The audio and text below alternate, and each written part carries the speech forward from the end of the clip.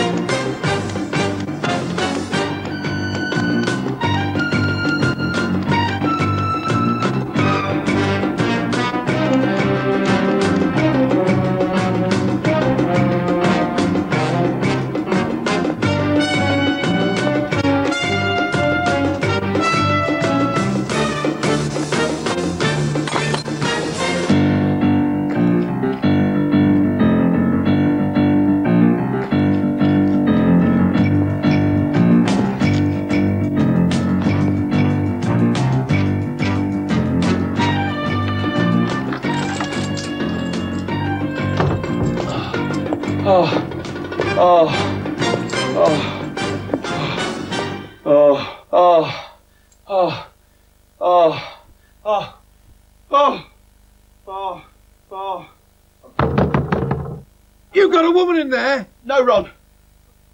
So I'll throw you one in then. Oh. All right, Shane. Yeah, all right, Ron. Yeah, I'm just doing some, late night exercises. Well, keeping fit because, I've got Donkey Derby in the morning, Yeah, well, I'd lay off the ciggies then. Think you might have dropped these.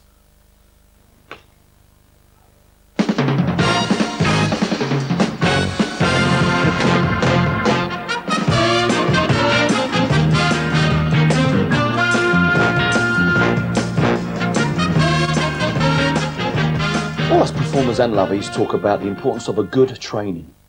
Rada, the young Vic, Italia Conte.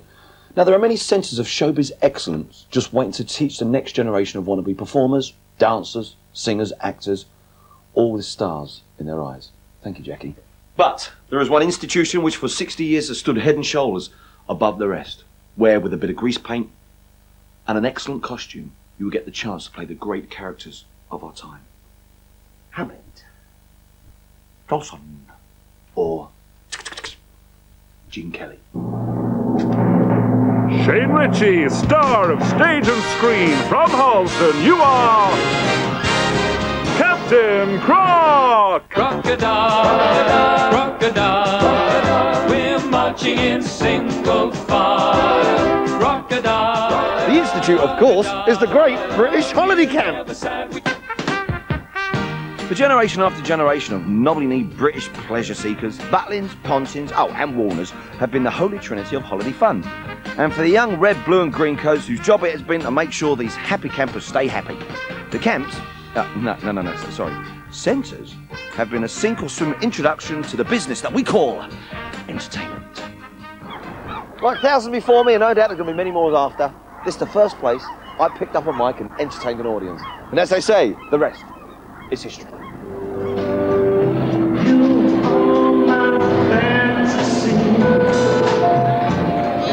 Oh, no, I can't believe we're showing this. All right, let me explain, all right? It was a sign of the times. Just look at me there with the open velvet jacket. The shirt somewhat buttoned seductively to reveal 4 hairs. And you know what, to think, I actually thought I looked like Simon Le Bon. Oh, well, come on, give us a break. I was nearly 16. You came and lied to me. Oh, you remember, do you? Yes, you told me you were 18. I told you I was 18. And you were 15. It was written all over your face that you were lying, but you had such a great face, and you were so cheeky. But alas, 18 months later, I'd learnt how to rock. Yes, the foundations had been well and truly laid for the boy Richie's future career. Well, the quiff was in place. So tell me some of the stars, like some of the names that you made and, that came through the holiday camps. Well, lots of people like Jimmy Cricket, who had his first summer season with us, and also Gary Wilmot and Joe Longthorne started with us. Bognor Regis, walking out on stage there, on a stage, it was the Gaiety Theatre, and that had a great name, the Gaiety Theatres. Yeah. And every Butlins holiday camp had a Gaiety Theatre, and it was all on one level, and I think there were 2,500 seats, and it was a massive stage, and it was fully rigged up, just like the London Palladium, And I went out there, and I was petrified. Because, of course, in those days, if you won the talent contest, you would get a free week, or won your heat, which, fortunately, I used to win the heats. We used to go every year, and I used to always win the heats, till I was about 32. Yeah. That was it. But of course, you get a free week down there. What sort of stuff were you like playing?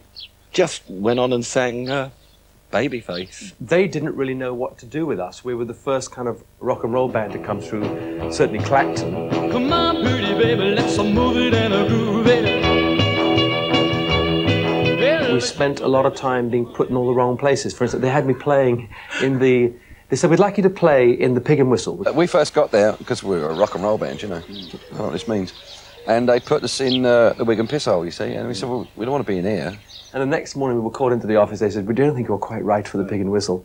Then they tried us out at the Calypso bar. We want to be in the rock and roll ballroom, see. So was there a rock and roll ballroom? That's what it was called, a rock and roll ball. We used to share it with the wrestlers. So they said, sorry, you're not right for the place. And then they said, I know where we'll put you. We'll put you in the rock and roll ballroom. We thought, oh, that's a good idea. Darby started off as a camp entertainer. That's Catherine Zeta-Jones winning a junior talent show. Oh, and Cuddly Des, yes, he was definitely a red coat of Filey. Oh, one of my heroes, Charlie Drake, he wore the red blazer at Pathelli. Norman Vaughan, remember Rosie's Gronya, entertained on the Butlin stage. And the true camp entertainer, all at the back, Michael Barrymore, he started out somewhere there. And that geezer, what was that bloke's name in Beatles? Anyway, he picked up a mic for the first time at Butlins.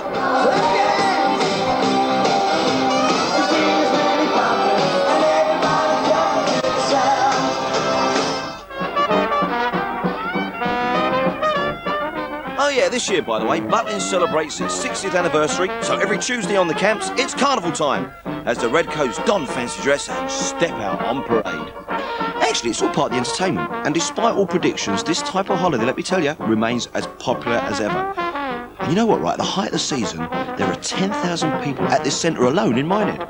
But for the boy and girl Redcoats who aspire to stardom, that means 10,000 people all waiting to be entertained. Can you believe it? We are the stars of tomorrow.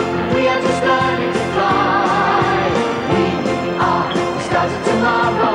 We are a fire, burning bright. There's hope for you tonight. Hoping our dreams take flight, driving us to the light. We are the stars. We are the stars. We are the stars tonight. And the modern holiday camp's winning recipe hasn't changed much since the very first one opened way back in 1936, when Billy Butlin changed the face of British holiday making forever, with his promise of affordable holidays, with organised activities, and evenings of free entertainment. Never felt this way before. Never felt this way. Oh yeah, the smell of grease paint. And I owe it all to you. You can't beat it. It brings it all back, you see. This is where you get your first taste of fame. My life, no, I never felt like this before. Yes, I swear. To these holidaymakers, you really were a star.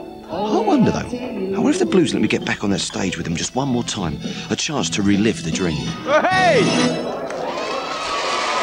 Ladies and gentlemen, let's hear it for Matthew Shaw and the Showcase Dancers!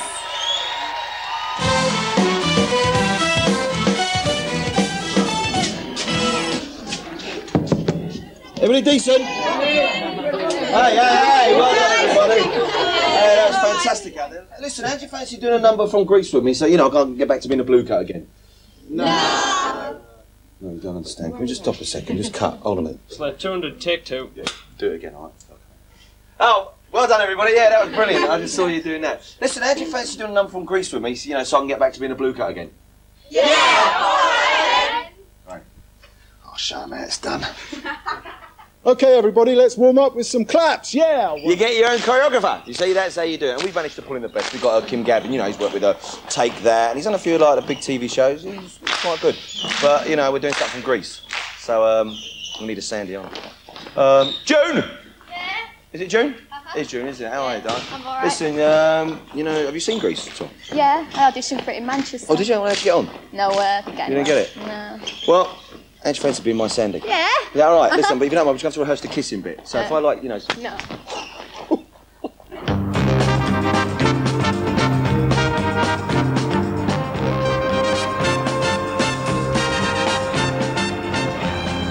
Of course, times change, fashion changes, but some things will never change. As Billy Butlin once said over 60 years ago, our true intent is still all for your delight. Actually, it was Shakespeare who said that. I think it was Midsummer Night's Dream. I mean, Billy could have said, to be or not to be.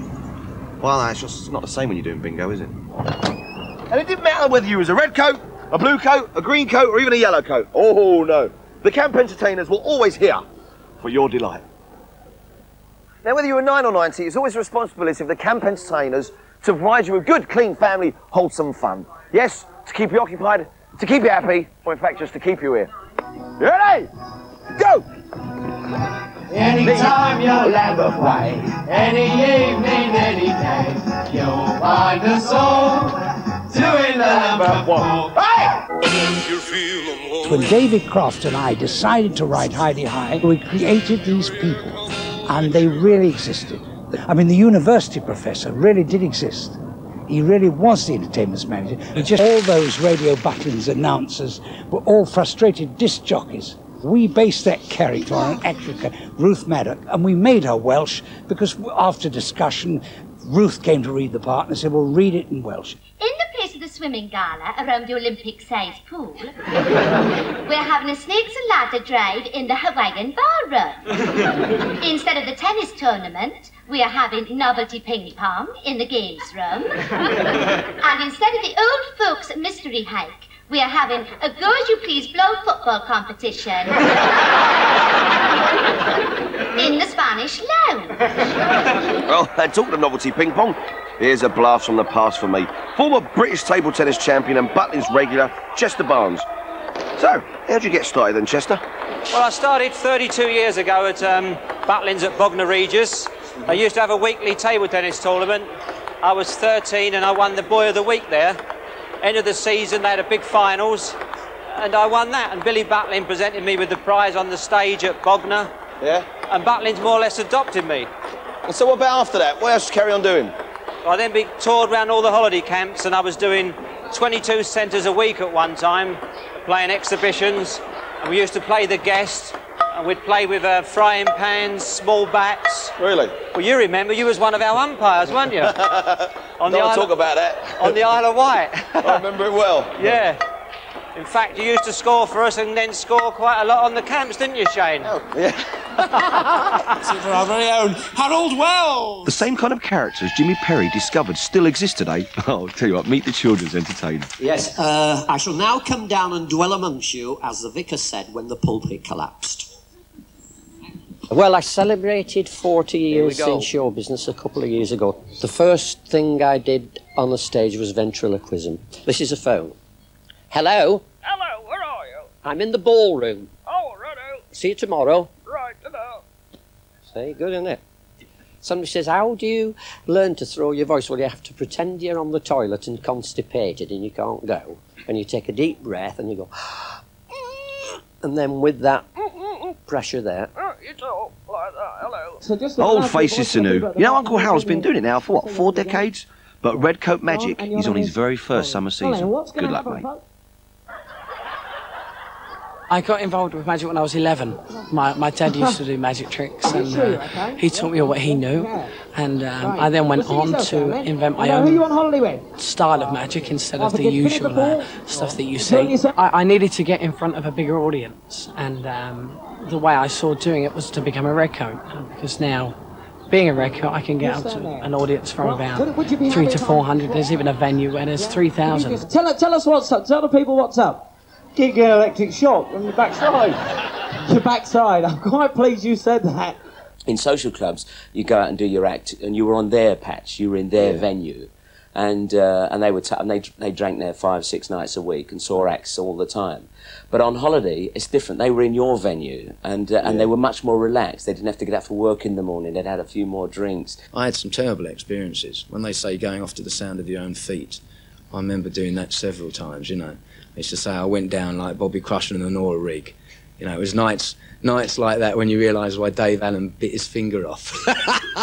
But the fact is you are working every single day and you keep working, and it teaches you what to be in front of young people, older people, middle-aged people, whatever people, a right cross-section of society and a cross-section of tastes.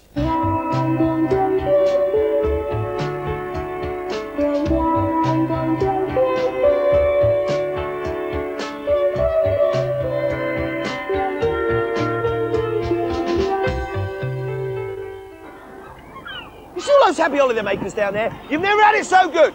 Because in the dark ages, before Billy Butlin, the working man and his family never had a holiday. Why? Because it hadn't been invented. But all that changed because 60 years ago, for the first time, the working man and his woman and the family had the enviable position of having 1 week's holiday once a year.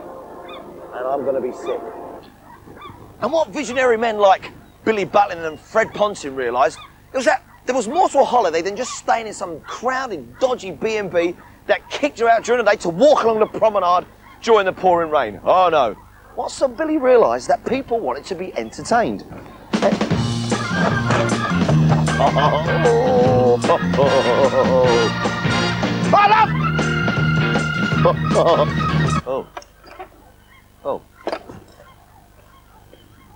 And so the holiday camp pleasure palaces were born.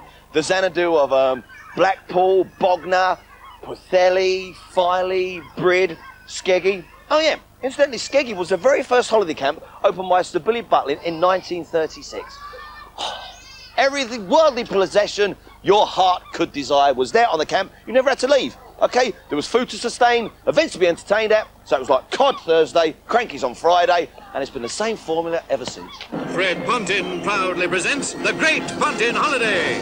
Everything you want in's at Ponting's. Non-stop fun, free for all the family. All in the Great Ponting Holiday. Outside or in, the heat is on. You'll rent a chalet or be served the all-inclusive life. Everything you want in's at Ponting's. Don't miss your Great Ponting Holiday. They wanted good food. That was after the war.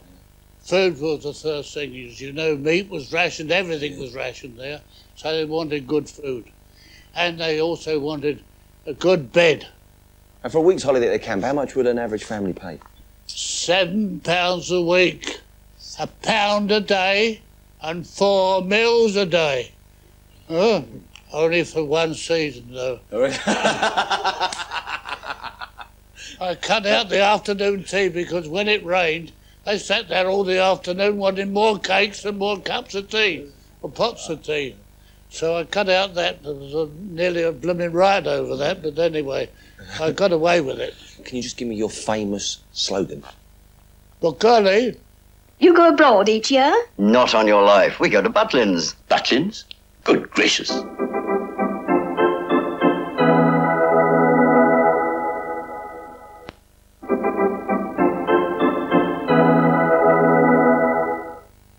The tie, still got the flares, but more importantly than any of that, I have still got the jacket. Now, whether you're a blue coat or a red coat, as soon as you put this jacket on, you could feel the magic.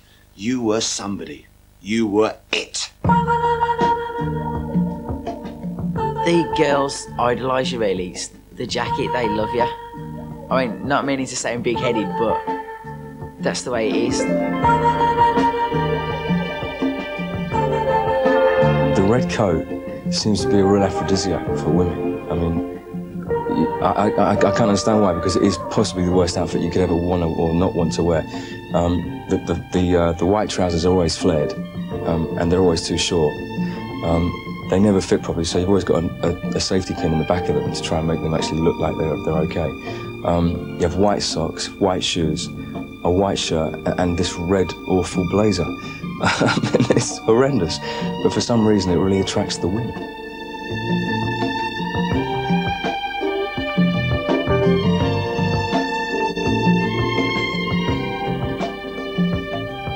In the early 1950s, I was a student at the Royal Academy of Dramatic Art. Sir Kenneth Barnes was then the principal of RADA. He said, well, ladies and gentlemen, how did you fill up your leisure time over the summer? And they'd say, well, Sir Kenneth, I went up to Stratford and I did this, and I studied so-and-so, and I went to the British Museum and looked up all the old stories about David Garrick, and they were all trying to impress. He said, and what did you do, James? And I said, well, I was a redcoat, you see, at Pwllheli. And he said, what is a redcoat? We decided we didn't want to wear the Butlins' red coats, and we found that they had white shirts and white trousers with a big red V on it. Have they still got that? Well, it's very similar. Is it? Okay. Yeah. And we said, well, we won't wear the red coats, but we'll wear that. So, and in the end, when I saw the photographs, I thought they looked quite cool, actually. You know, this kind of white outfit with a big red V on it. V for very good. We just get a red coat, put it on, white trousers, white shoes, and come out there. DA. And you're right, you used to walk around the pool and all the birds used to look at you and all that like that. Now my mate couldn't swim. And there he is, and there's a woman in difficulty. She can't swim, and she's about 4 yards out.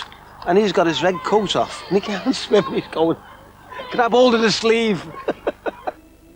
Set amid flowers and trees is your holiday home. A short step from your own garden chalet are all the free entertainments of a Butlins holiday. No, I'm sorry. Will you stop it? No, girls, out. No, go on, both of you, out. Go on, out. Go on, out. Out. Yeah, I think girls, I love you too, all right? Well, I've got to show. Oh. You know what, right? We may have been stars in the eyes of the holidaymakers, but come night time, we all shared one thing in common. And that was the chalet. Now, whether you was a red coat, you know, or a blue coat, this really was like home from home. I'm going to show you something, right? This is like one of my posters. You're looking at me. You're looking at me.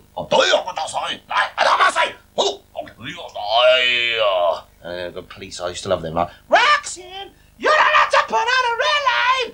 And there was my favourite, Keegan. Yeah, he was brilliant, Keegan. I seem to remember, I mean, I think they were bunk beds. And the thing that used to annoy me was that every morning about 6 we'd have pick up your buckets and pick up your spades, off to the beach we go. This thing would blast out and we'd all be hanging out. We'd all been up till 3. But no, the accommodation was pretty basic, I think, in those days. Although I suppose in its time everyone thought, well, this is fantastic, it's different from home. But then so is prison. No. We created the ballroom dancers who were based entirely on truth, who had their little chalet where they pinned up flowered wallpaper at the start of the season, and then they'd take the drawing pins and roll it up when they left. I mean, you can't make that sort of comedy out. Thank you, Mr. Fairbrother. Our chalet is so important to us. It's our refuge, an oasis in the desert of vulgarity. Mr. Fairbrother, I've got some terrible news. Mr. Porter just strangled a little boy. Well, a typical day was they would start with O Island in the sun, coming over the Tannoy, which I now hate. And you'd get up and welcome 400 or 500 campers into the dining room. Morning. Half of them you'd seen the night before. Oh, you're fine, yeah. Oh. So, and then I would, funnily enough, I was only 15, but I was the children's uncle. Right, and there's these like 16-year-old kids going, right, pal? And Uncle Ricky. Yeah. They always have these nylon sheets at the holiday camps, and if the women get in there in nylon knickers, all the static builds up and your pubic hair goes twang like this. So it's and you get out of bed and all the bed sheets are stuck to the back of your head. Ah, between the events, the cranky kids and nagging grannies, you came here to get away from it all. Until the next event, which is the snooker competition. You know, holiday camps, I've always been home to the strangest competitions and the weirdest sports, which was an absolute nightmare for the Blue Coast to organise. These boats are not really so far removed from the coracles of Wales and the tub-like basket craft seen in parts of the Far East. The tubs might not be accepted at Henley, nor perhaps ever rival other means of water transport. But as a source of entertainment, they'll go down with a splash. You won't find pram racing in any of the sporting handbooks, but although it has its share of hazards for the inexperienced, it has all the thrills, spills, and entertainment of the better-known events. In every case, you'll notice it's dear old Dad doing all the hard work, while the mums take it easy. Although a three-legged swimming race is not the sort of thing at which one gets much practice, the standard, as you can see, is remarkably high. In fact, the idea might well catch on in serious competition.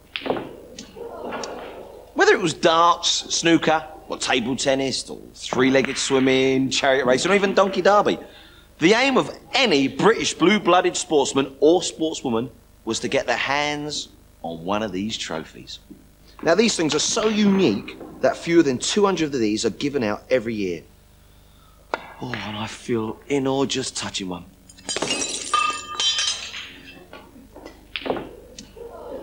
For the red coats or blue coats, organising such a competition could turn it into an absolute nightmare. There was these things called buys, right? And it was great if you had a competition where 8 people, 16, or even 32 people turned up. I'll tell you what, let me explain. Eric. Bob. Mick. Chris. Richard. Robert. Archie. Bob. Oh, fantastic. Thank you. I've got 8 in the tournament, you see. So, fellas, you two play each other, you two play each other, you two and you two, which brings us down to semi-final with 4. Brilliant. And 2 in the final. Enjoy yourselves. I'm going to go and get your trophy and I'm going to check out Miss Holiday Princess. Oh, fellas, can I help you? Is this the snooker competition? Yeah, it is. I've got 8 people. I've already started. Well, it's not half past yet, is it? They've got their own cues. Yep, straight as a die. Like bloody bananas, your lot. All right, lads, what's your names? Harry. Harry? Richard. Richard? Chris. Well, listen, Chris, we've already got Chris. Do you mind being Chris too? Not whatever, mate.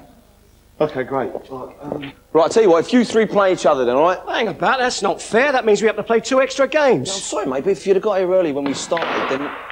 All right, so you 3 play doubles, all right? Well, that's ridiculous. I've been practising for this all week. I didn't have a drink last night, especially. Yeah, all right then. Right, hold on. Right, if I bring you down here... Here, if I get through to the final, that means I'm going to miss the start of the darts. And I've got the bowls this afternoon at 2 o'clock. Oh, you're a bit of an all-rounder, aren't you, eh? Yeah, and I don't want to miss the darts either. Yeah. All right, lads, please, hold on. Please, calm down a second, all right? Just give... Right, what we're going to do, right, just to speed it up a little bit, we're going to play 3 reds on the table. That makes a mockery of it, 3 reds. Here, you've got 3 in the final there, mate. Hold on, right, you're going to come down there, play then. Right, Gary's over there. If you play long... Right, hold on. So if you go and play him, right, I'll tell you what, you can go through the semis. Does that mean I've got to buy? Yes, it does, all right. Fair enough, son, fair enough. Right, where's the chalk then? Hey, where's the chalk? Well, that's the dad sorted out, and the mums, a bit later. But the kids, well, you see, what Sir Billy and Sir Fred created were essentially places for the whole family. Yep, places where you could just bring your kids and then dump them. That's because we would look after the little sweethearts with competitions like the Junior Talent Contest. Now, as well as the adults, the kids got a chance to show their immense talents. The little darlings. If I hear you're my Wonderwall, one more time. Oh, we ain't got a barrel of money. Maybe we're working and funny, but we travel along, singing a song, side by side. I'm a Texas girl, I live over there so far away. I can ride, I can chew, I can do the hula hoop when the cowboys come to town. Yeehaw. What's the difference between a blue coat and a photograph? A photograph's fully developed.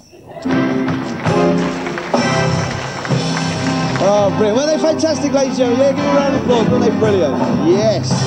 Well done. Right, I have the results here of the Junior Talent Contest. And in 3rd place is Kylie Johnson singing I Will Always Love You. Give it up for Kylie. Yes. And in 2nd place, we've got Chloe Johnson singing Side by Side. Yeah, go on. Yeah, all right, go on. Yeah. But in 1st place, ladies and gentlemen, the winner of the Pontin Squires Gate 1996 Junior Talent Show is Colin Jackson, who was singing Away in a Manger. Hello, mate. There you go, that's for you. Have you had a good time? Yeah. You married? There you go, see? It wasn't about the winning, it was the taking part that counted. Excuse me, Blue Coat. What were you about that judging? Yes, sir? Who marked the Junior Talent Contest? What? I did. Well, I don't understand your scoring. Do you mean to tell me that lad's Away in a Manger was superior to my Chloe's Whitney Houston? I mean, it's not even Christmas. No, sir, it's just supposed to be, you know, a little bit of fun. Bit of fun to you, but it's a difference between a pink fluffy rabbit and Kermit the Frog to my Chloe. She bought that outfit special, and she's already got 3 Kermits. Well, I'll tell you what I'll do. First thing in the morning, I'll make sure I swap Kermit for a bunny. Well, that's fair enough. But the lad's dad himself said it was the best Whitney Houston he'd heard all week. Well, listen, ain't you got your name down for the darts? Ah, that's ridiculous. Whoever heard of playing off of 8'3"? My arrows is weighted for 8'6", but they wouldn't listen. Anyway, I can't hang around here talking to you all day. I've got to polish me woods. Come on, Chloe. Bowls. Gosh, isn't this exciting? I do envy you your job. So having tea? But at 20,000 feet. Yes, I must admit I do love it. And I suppose for holidays you can stop off anywhere you like in the world. Well, I could, but I don't. I always go to Butlins. Instead of Honolulu? Yes, you see, Butlins can never be a letdown. Well, if you like Butlins, I'm sure I would. I'll write when I get back. Was Captain Thunder as well, where I Had to go off and make up and put the scar across and black the old tooth out and put the patch on and put the daft out and dress up as a pirate. And of course the kids were all primed that this horrible Captain Thunder had been seen sailing into the bay, you know. So of course when the kids spot you, chase you all around the camp, luckily like at 15 I'm fit enough, aren't I? I can just about get away from them. But there were the times when they eventually caught me and they had these flexi swords, you know, and sometimes you just got to bite your lip because they were whacking you. And where do you think you're going? Have a dip and get some sun. Cover yourself up. Everybody will look. I am on holiday. You're no spring chicken anymore. Oh, yeah?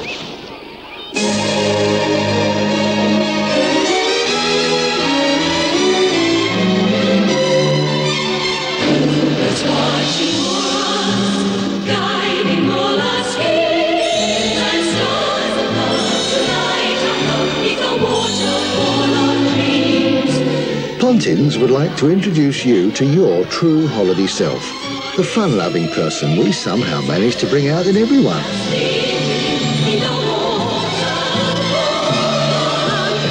Mum, we're going to lunch now. Well, good evening, ladies and gentlemen. This is Mike speaking here. I hope you're all enjoying your evening meal. We're at 10:15 this evening in the theatre. It's our mainline cabaret, Showcase Cinema. But we've got an extra wee surprise. We've got the entertainment's impresario, Sean Ritchie, doing a wee number from Greece, Summer Nights. Sorry, that's Shane Ritchie. Over the years, the role of a blue coat or a red coat hasn't really changed that much. You were literally on call 24 hours a day. Hi, Shane. And I mean 24 hours. But you know, at a holiday camp, you are somebody. You could be a granny's dancing partner, you could be a bingo caller, you could be a fitness instructor, be a friend, or even sometimes a nursemaid. But most importantly, you're a star. Well, ladies and gentlemen, as part of our Showcase Cinema production tonight, we now present Summer Nights from Greece for the first time here at Pontins Blackhall. Put your hands together and welcome our special guest star!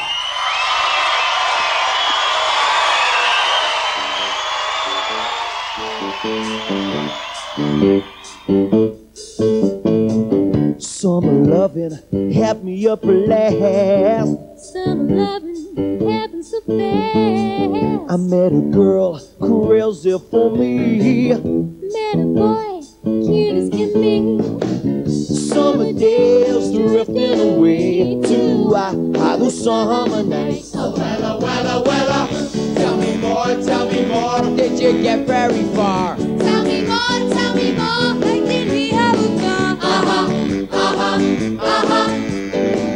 She swam by me, she got a cramp. We were fighting, gave us a dance. I saved her life, she nearly drowned. We showed off, splashing around. Summer sun, summer's begun, but I had those summer nights. Tell me more, was it love at first sight? Tell me more, did she put up a fight? Down, doobie down, doobie down, doobie doobie down, doobie down, doobie down. Took a bowling in the arcade. We were strolling like lemonade. Oh, we made out under the dark. We stayed out till 10 o'clock. Summer fling don't mean a thing, but I had those summer nights. Whoa, whoa, whoa. Tell me more, like you don't gotta brag. Tell me more, cause it sounds like a brag. Shoot-a-bop-bop, shoot-a-bop-bop, shoot-a-bop-bop, shoot-a-bop-bop, shoot-a-bop-bop. He got friendly out of my hand. She got friendly down in the sand. He was sweet, just turned 18. But she was good, you know what I mean. Summer heat, boy, you girl me. But I had those summer nights. Whoa, whoa, whoa. How much dough did he spend? Tell me more. Don't you get me up, friend? It turned colder, that's where it ends. So I told her we'd still be friends. Then we made our true love vow. Wonder why she she's doing now. Summer dreams ripped at the seams, but oh, the summer night.